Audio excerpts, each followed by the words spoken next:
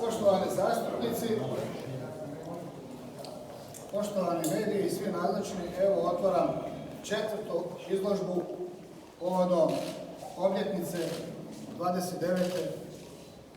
smrti 12 redarstvenika u Borovu Selu. Moram još jednom napomenuti da niko od njihovih ubojica nije odslužio ni jednoga dana zbog toga zločina. Mogu reći da je glavni organizator ubistva 12 redarstvenika, koji ima lažni mauzolej i spomenik u Borovu Selu, gdje ga se veliča kao junaka u Hrvatskoj državi, što je sramotno za nas sve i u ovome visokome domu i onima na Pantovčaku. Velika je sramota da takovi spomenik može biti u Hrvatskoj slobodnoj demokratskoj državi, gdje mi veličamo zločin zlikovaca nad hrvatskim policajcima.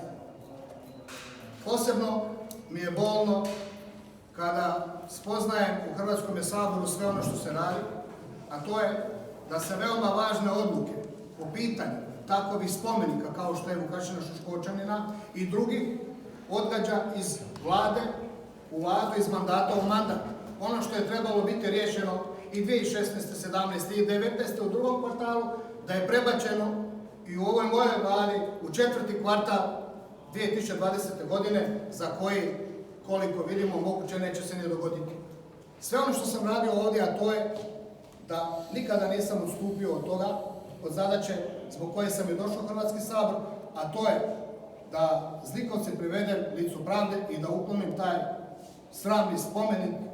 Izgleda da nisam uspio, izgleda da ćemo dati nekome drugome, da on pobere lovorike svoje domoljublja na tome.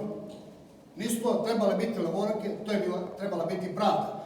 Jer narod koji zaboravlja svoju prošlost, makakva ona bila, nema nikakve budućnosti.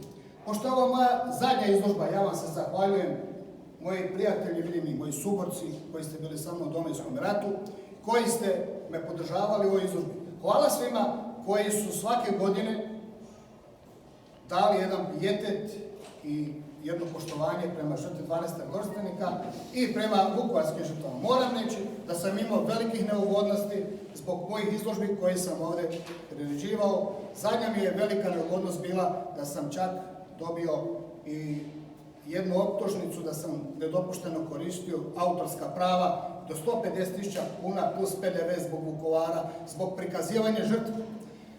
I hoću vam reći, pošto je ovo moja zadnja izložba, ona je sada otvorena i bit će zatvorena za 2 minute.